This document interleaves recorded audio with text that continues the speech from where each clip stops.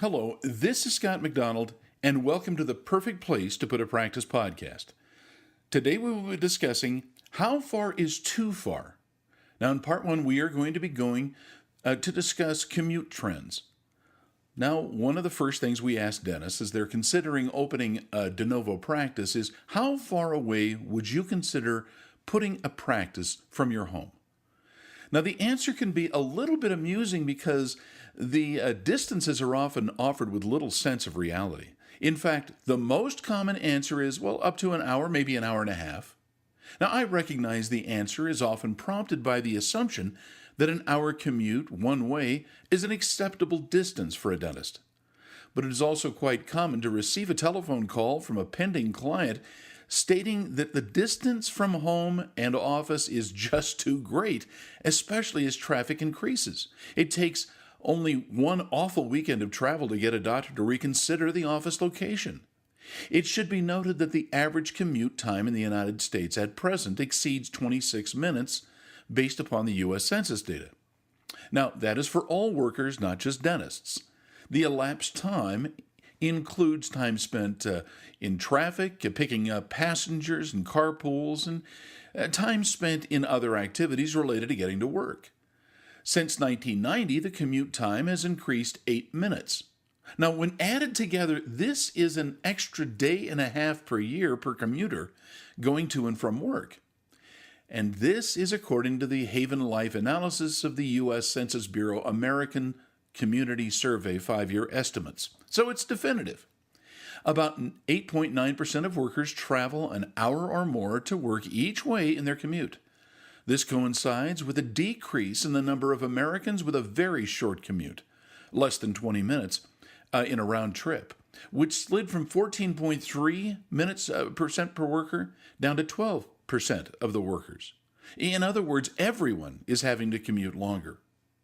Mean time to work is obtained by dividing the number of minutes by the number of workers 16 years of age and older who do not work at home. Mean travel time to work is rounded to the nearest tenth of a minute. It may seem that a minor point, really, that the dentist commutes and the general public's commutes are both getting longer. But the relationship that a dentist, whether a practice owner or employee, is not the same as that for normal people.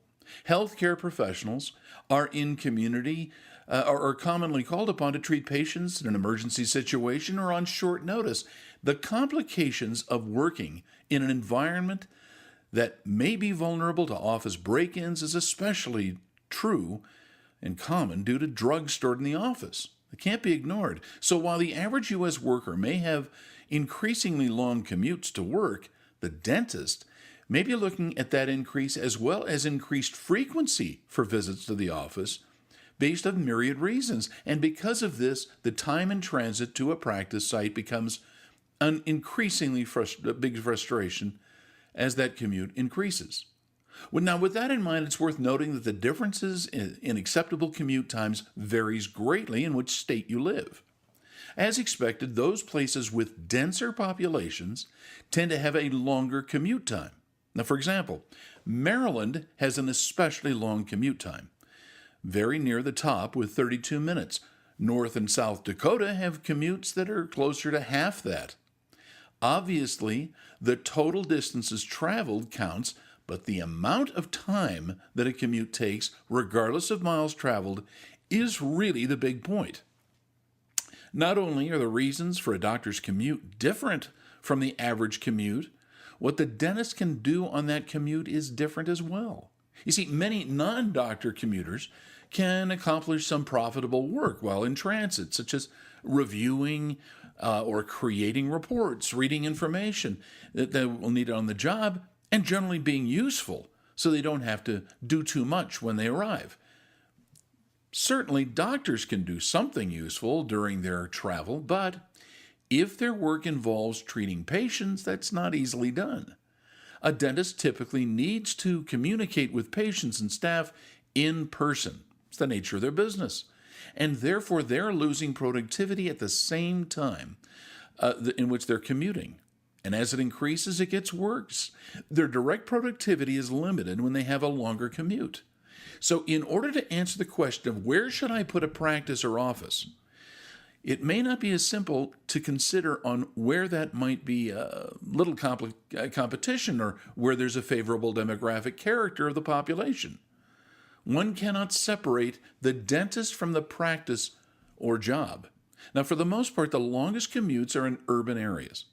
Wise dentists recognize that there is a benefit in using public transportation for many reasons, including the cost, time utilization, and even the cost of parking. However, in nearly every study, those communities, most often found in urban centers, that are dependent upon buses and trains are actually increasing commute times rather than decreasing them quickly.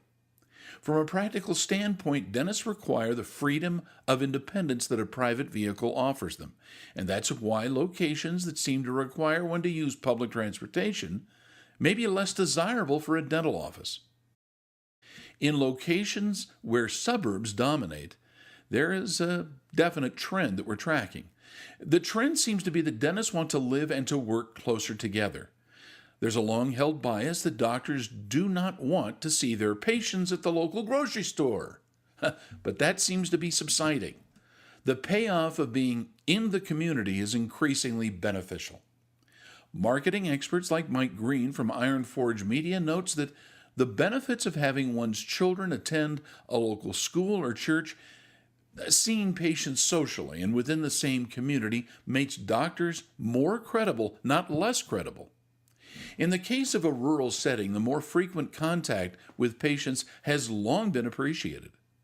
The personal influence model of marketing has been well researched, and it suggests that a doctor's credibility is greatly enhanced by the doctor's perceived social status within his or her community. And this is one reason for the many dentists to seek election to school boards, church leadership councils, and even volunteer organizations on a local level. Now, next week I'm going to do part 2, How Far is Too Far? We will discuss the impact of a dentist's commute and practice site selection. Thanks for listening and watching The Perfect Place to Put a Practice. Please join us at drdemographics.com for free content, including some special offers that are coming.